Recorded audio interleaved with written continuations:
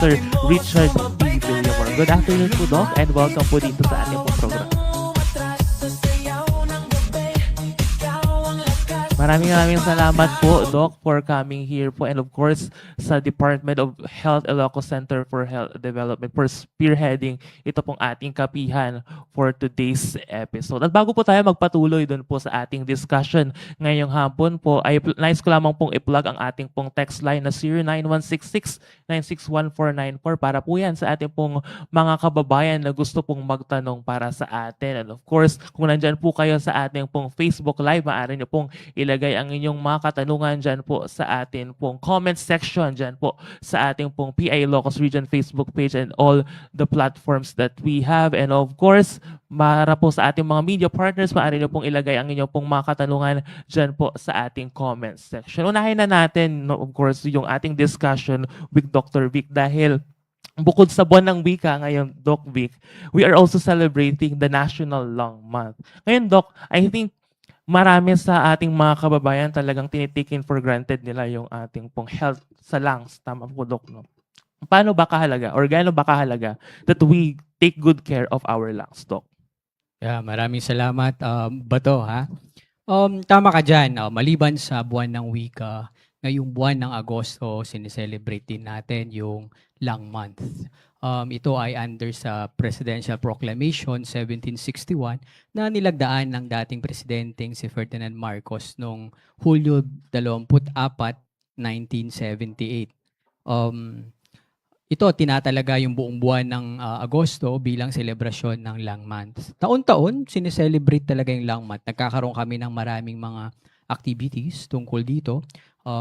Lay fora, gumagawa rin kami ng mga tree growing events, mangrove growing events. Pumupunta kami sa mga senior sa junior high school kung saan nagbibigay kami ng libreng kaalaman tungkol sa pangit na epekto, lalo na yung nauuso ngayon na vape at sigarilyo. Pumupunta rin kami sa mga institusyon kung saan naiimbitahan kami.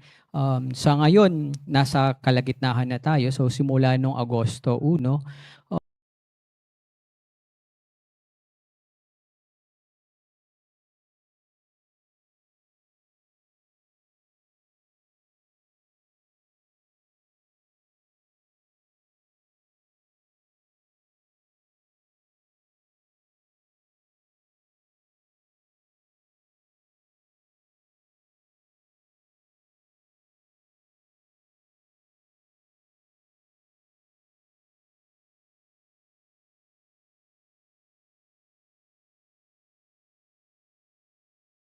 mga impormasyon tungkol sa tamang pag-alaga ng baga.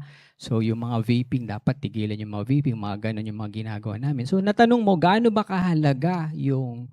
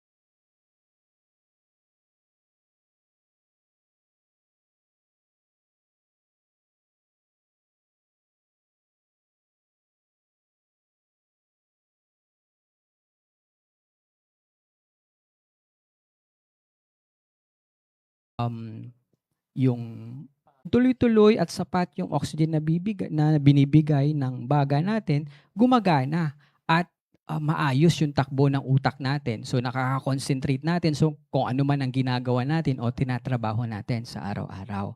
At pang-apat, syempre, yung baga tumutulong siya dun sa puso natin. Para maganda rin yung takbo ng puso natin, binabawasan niya yung trabaho na sapat dun sa puso upang mabawasan yung pag-umba ng puso din natin. So yun yung mga 4 na mahalagang trabaho kung bakit kailangan natin magkaroon ng maganang baga. Talagang napakahalaga 'no, na alagaan natin ang ating baga, Dok, dahil gaya ng sabi niyo kanina, everything talaga dun sa ating katawan ay kailangan ng ating pong baga. Ngayon naman po, Tama. Dok, marahil po, marami sa ating mga kababayan ay kumbaga misinformed patungkol dun sa mga kanilang ginagawa.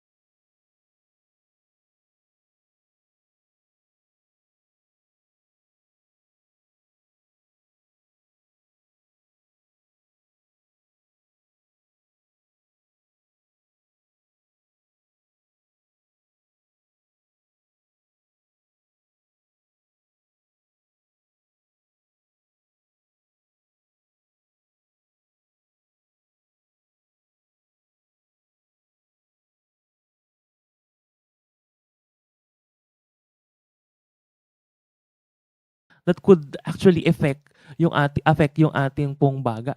Dok, meron po ba tayong mga, Sa bahay na gumagamit ng sigarilyo. So yun lang. Ngayon, sabi ko nga, mas bata na yung mga nakikita namin na nagkakaroon ng sakit sa puso, nagkakaroon ng stroke, atake sa puso. Dahil, may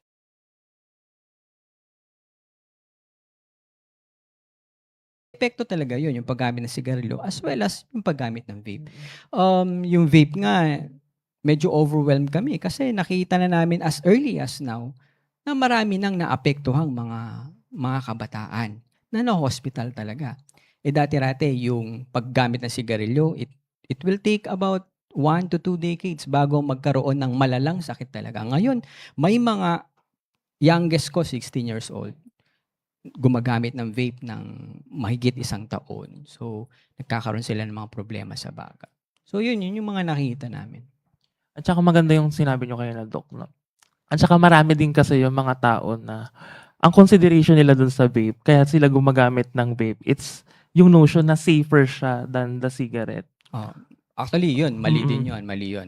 Sorry, interrupt How, na kita how, doon. how about that notion po, Doc? Maling-mali yun yung Mm. notion na yun. Noon kasi wala pang pag-aaral tungkol sa pangit na epekto Mm. nito. Pero nakita na natin, may 22 years old tayo na tinakbo sa PGH last year, no? Namatay ito dahil inatake ng puso, no? Nakita nila dahil sa epekto ng paninigarilyo. Sabi ko nga, dito mismo sa La Union, may mga natubuan na po kami, nalagyan ng tubo respirator na mga 22, 21 years old, 26 years old. May mga nakita na kaming nagka-cancer, wala kaming makita dahil di naman gumagamit ng sigarilyo maliban sa vape lang. Nalagyan ng tubo, mga ganon. So maliban doon sa exposure doon, syempre alam naman natin yung pollution, talaga makaka-contribute 'yan sa pollution. Syempre kung kayang iwasan, iwasan natin. Kung hindi talaga maiwasan, siguro gumamit tayo ng mga gamit na pangproteksyon para mabawasan yung exposure natin dito. Gumamit ng face mask o anything na makakapag-protekta, no, sa paghinga natin. So, di naman natin matatanggal talaga yan. Kahit saan tayo dumaan, nandyan yan, yung pollution. Yung bakuna, lalo din. Siyempre, ina-advise talaga namin yung mga pasyente namin na magpabakuna para maiwasan yung mga sakit na to. Kasi the more na nagkakaroon ka ng infection sa baga, nagkakaroon ito ng gasgas, no? So, yun, isa din yun sa mga risk factors kung bakit nagkakaroon ng pagbabago dun sa parenkima na tinatawag natin or yung balat mismo ng baga. Siyempre, yung theme ngayon, yung TB, talagang yung TB sa Pilipinas, talaga napakataas po ng prevalence dito sa Pilipinas. Paano ba natin maiwasan to? So, siguro mamaya babalikan natin yan tungkol sa TB kasi syempre, napakahalagang pag-usapan ng TB dahil isa din yan sa mga point of concern natin. Bago po tayo tumawid dun sa TB, Doc, meron pa po ba tayong mga sakit na mostly na i-encounter dito po sa Region 1? Even you po as a doctor sa Ilocos Training and Regional Medical Center na kailangan talaga nating sugpuin, Doc, when it comes to taking care of our lungs po. Marami. Nangunguna dyan yung tinatawag nating COPD. COPD, Chronic Obstructive Pulmonary Disease. Chronic, ibig sabihin matagal to. Hindi lang siya 1 day, 1 week, isang buwan, hindi. So, ang pinaka-importanting risk factor na na-associate sa COPD ay yung paggamit ng sigarilyo. Ito yung sakit na kinamatay ni Dolphy, no? Yung mga personalities na malakas gumamit ng sigarilyo. So, bali nagkakaroon ng irreversible, no, na problema dun sa, sabi ko nga kanina, pagdaloy, pasok ng oxygen sa baga, then paglabas ng carbon dioxide. Yun talaga ang primary function. Nawawala yun, no, na nagkakaroon ng problema doon sa exchange na yun. So, yun, COPD dahil sa sigarilyo. Then, next would be lung cancer. Very alarming talaga yan. Sa ngayon, sabi ko nga, hindi lang po mga naninigarilyo ang nakikita naming nagkakaroon ng lung cancer. Marami na kaming pasyente na anak nung naninigarilyo or asawa nung naninigarilyo, yun nagkakaroon ng lung cancer because of the secondhand smoke. Siyempre, TB. Then, yung kasama na dyan, yung komplikasyon yan, tinatawag naming bronchiectasis. Sa ngayon, tumataas din yung asthma, no? Dati-rati, konti lang naman. Pero dahil nga sa pabago-bagong klima, lifestyle din ng mga tao, so dumarami rin itong mga kasong ito. Puntahan na po natin yung isang sakit, Doc, na talagang fino-focus natin ngayong National Lung Month, which is the tuberculosis. Ano po ba itong sakit na to, Doc, para po sa kaalaman ng ating pong mga kababayan? Well, yung tuberculosis, mainly, sakit talaga yan sa baga. Okay, may isang bacteria na ang tawag niya ay Mycobacterium tuberculosis. Pag nalanghap mo yun, galing sa isang taong may sakit nito, no, pwede mong malanghap. Pwedeng maging aktibo siya na sakit. Okay? At pwede ring maging meron sa sistema mo pero hindi ka magma-manifest ng sintomas. Nandun lang siya. Pwedeng active siya or dormant. Yung tinatawag naming latent TB infection. Ngayon, yung sakit na ito, nakakatakot kasi minsan napapansin ng pasyente, akala niya nagda-diet lang siya. Pumapayat siya. Oo, na walang dahilan. Di naman siya talaga totally nagda-diet pero pumapayat talaga siya. Or, pinaka-common na sintomas yung matagal-tagal na pag-uubo. Mahigit 2 linggo, ubo siya ng ubo. Minsan napapansin nila 'pag inubos sila, hindi lang yung tipikal na kulay ng plema yung napapansin nila, may dugo. Okay. Dahil yung kaalaman niyo 'pag may dugo, isipin lagi ng pasyente niyan, baka cancer. Magpapa-check-up 'yan, okey. Yun makikita namin na TB, okay. Or madalas sa ngayon nakikita na namin annual physical examination or nag-a-apply sila work abroad or bagong trabaho kailangan mag-X-ray, nakita namin dun na TB na pala. may sintomas ng TB. Mm. Kasi 'pag mga gano'n naman kailangan mong ipa-examine yung plemas pa rin, hindi lang X-ray yung kailangan doon. So yung TB kailangan nating malaman kasi una, may lunas ang TB at saka libre ang gamot. Pangalawa, nakakahawa siya kung hindi talaga nagagamot. Nakakalungkot lang kasi sa ngayon, kahit may libre tayong gamutan sa TB, marami ang namamatay sa TB. Marami ang namamatay sa TB. At saka maganda yun 'no, Doc, na ngayon talaga nagfo-focus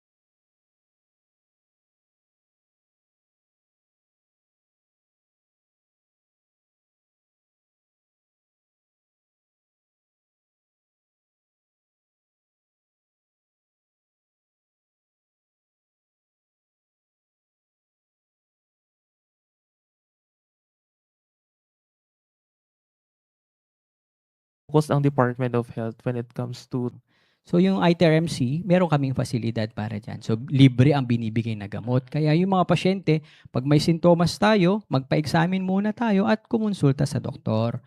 Pag nasabihan po kayo na TB, hindi po yon ang end of the world dahil sabi ko nga po, may lunas para po dyan. Pangalawa, libre po ang gamot. Kailangan lang pong tapusin ng 6 na buwan.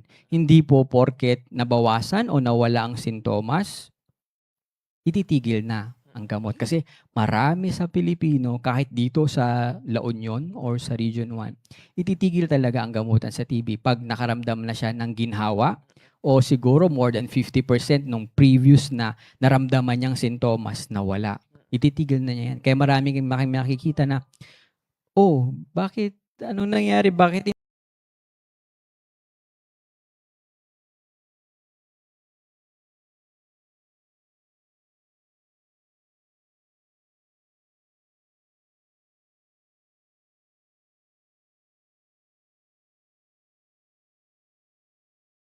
hindi mo tinapos yung gamutan mo sa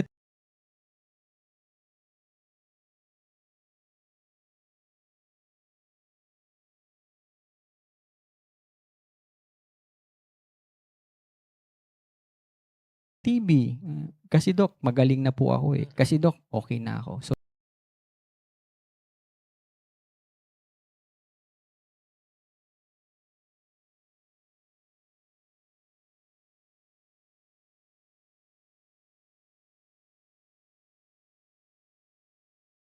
kung malalang klase ng TB, ito yung mga meron din sa mga malalaking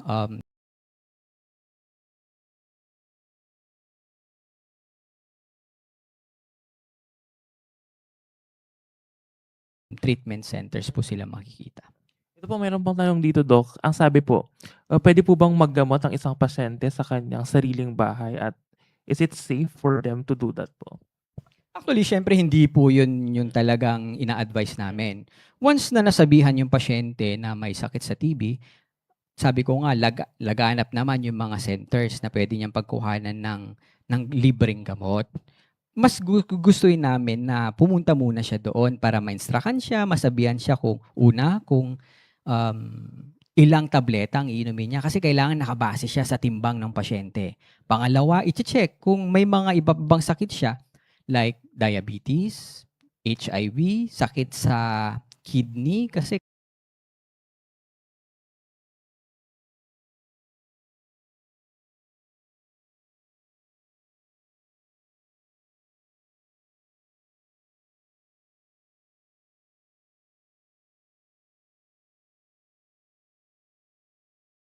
kailangang i-adjust yung gamot kung may mga lang, bumalik lang sa clinic para pwedeng bigyan namin ng gamot o i-adjust kung ano man yung kailangan namin i-adjust.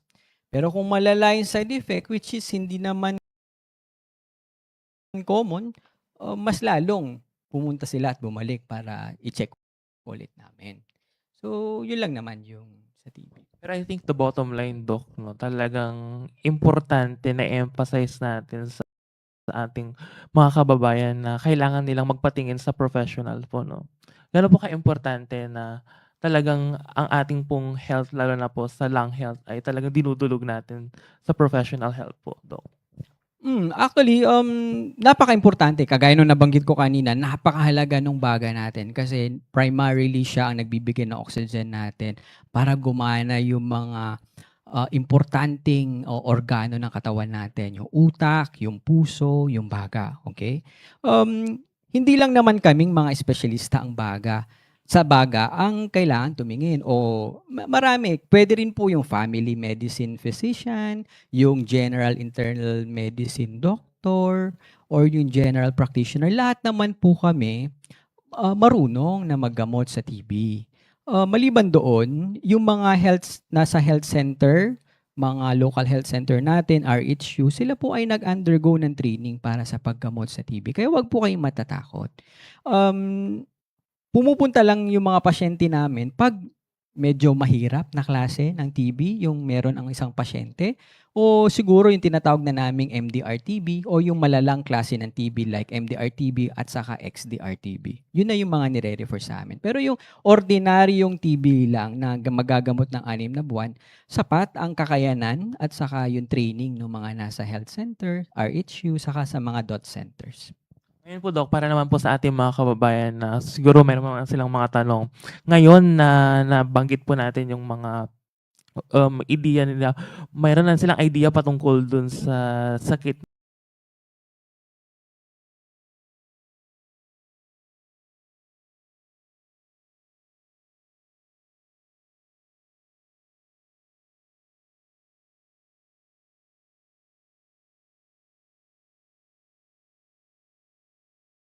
na TB po. If Ka, nagkakaroon ka ng chills lalo sa hapon o sa gabi at nagkakaroon ka ng lagnat, ito yung mga typical, no, na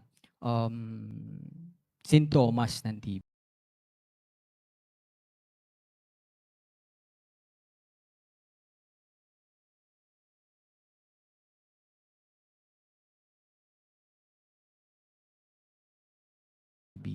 Or ikaw mismo, nag-aalaga sa isang taong positibo sa TB, meron kang comorbidities kagaya ng diabetes, hindi magandang kontrol ng asukal, yung kidney problem, nagki-chemotherapy ka, or mahina yung resistensya mo, tapos na-expose ka sa isang taong may TB, kailangan dumulog ka. Sabi ko nga kanina, hindi lang po kaming mga espesyalista sa baga ang eksperto dito. Pag ordinaryong TB naman, marami po. Lahat po ng doktor sa general practitioner, general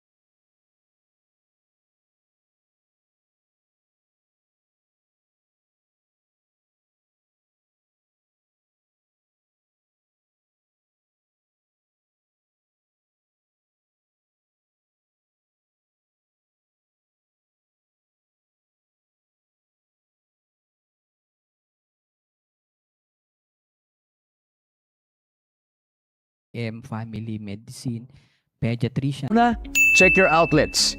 Tignan kung walang cable na basa o nakababad sa baha bago buksan ang main switch. Pangalawa,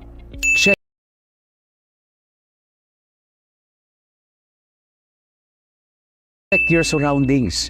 I-check kung may mga naipong tubig sa mga paso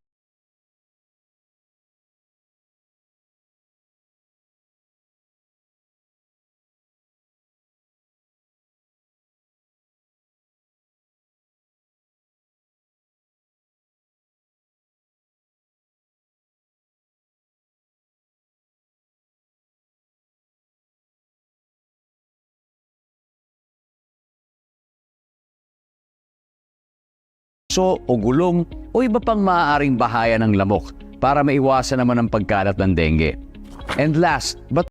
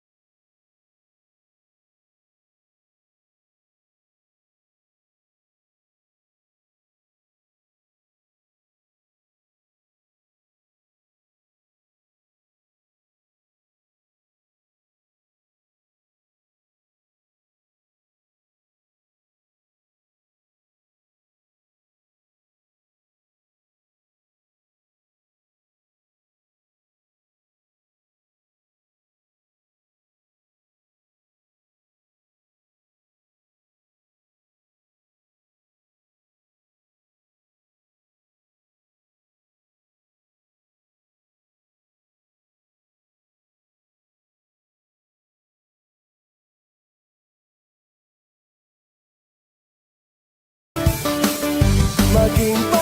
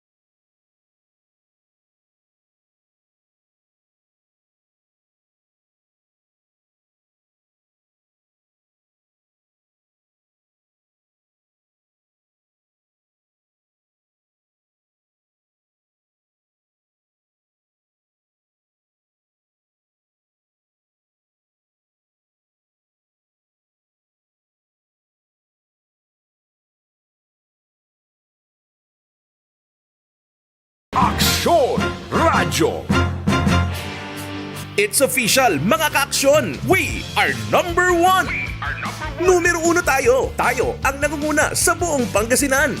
Nangunguna ang Aksyon Radyo sa pinakahuling survey ng Nielsen. Para sa inyo, ang tagumpay na to, di kami matitinag. Nandito kami para maglingkod sa paghatid sa inyo ng pinakahuling mga balita. Maraming salamat sa inyong suporta. Ito ang Aksyon Radyo Pangasinan number 1! Aksyon Radyo Pangasinan, number 1.